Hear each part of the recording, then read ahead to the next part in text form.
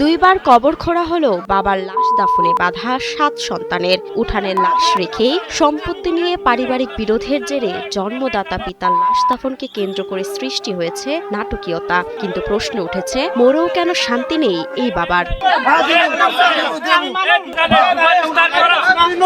জলিল পণ্ডিত জীবদ্দশায় 4টি বিয়ে করেছিলেন। বর্তমানে তার 2 স্ত্রী ও 7 ছেলে মেয়ে রয়েছেন। সম্প্রতি তার মৃত্যু হলে স্বজনরা পারিবারিক কবরস্থানে দাফনের প্রস্তুতি নেন। এ সময় কয়েকজন সন্তান দাফনে আপত্তি জানান। তাদের অভিযোগ, মৃত্যুর আগে জলিল পণ্ডিত তার সম্পত্তির একটি বড় অংশ ছোট স্ত্রীর মেয়ে খাদিজা আক্তারের নামে দলিল করে দিয়েছেন। এ নিয়ে দীর্ঘদিন ধরে পরিবারের মধ্যে বিরোধ চলছিল। শাহানা, শফি, রুবেল, আলম, ঠিক আছে, আর হইছে স্বপ্না, কুন্তুমা, এরা যা ইনফর্ম দিছে।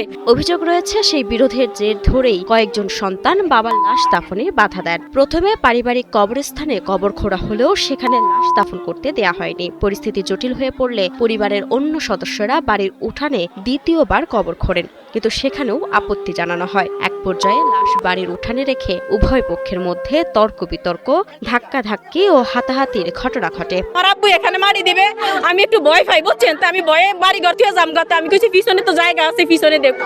প্রত্যক্ষদর্শীরা জানান, দাফনকে কেন্দ্র করে কয়েক ঘন্টা ধরে উত্তেজনা বিরাজ করে ভোলার চর ফ্যাশনে। এমন খবর পেয়ে শশীভূষণ থানা পুলিশ ঘটনাস্থলে পৌঁছে পরিস্থিতি নিয়ন্ত্রণে আনার চেষ্টা করে। তবে পুলিশের উপস্থিতিতেও কয়েক দফা উত্তেজনা ও হাতাহাতির ঘটনা ঘটে। পরে স্থানীয় জনপ্রতিনিধি, গণ্যমান্য ব্যক্তি ও এলাকাবাসী উভয় পক্ষকে শান্ত করার উদ্যোগ নেন। আমাদের এলাকার গণ্যমান্য যত ব্যক্তি আছে সবাই বলছে, বৈশা লাশ দাফন হোক, তোমার টাকা পয়সা পাওয়ার ব্যবস্থা করুম এবং তোমারে আমরা ওই ঘর থাকার মতো ব্যবস্থা করে দেবো। দীর্ঘ আলোচনার পর স্থানীয়দের মধ্যস্থতায় বিরোধের অবসান ঘটে। পরে বাড়ির উঠানে দ্রুত জানাজা শেষে জলিল পণ্ডিতের লাশ দাফন করা হয়। জীবদ্দশায় সম্পত্তি নিয়ে যে বিরোধের সূচনা হয়েছিল, মৃত্যুর পরও তার অবসান হয়নি। অনেকেই এমন ঘটনাকে মানবিক মূল্যবোধের চরম অবক্ষয় হিসেবে উল্লেখ করছেন।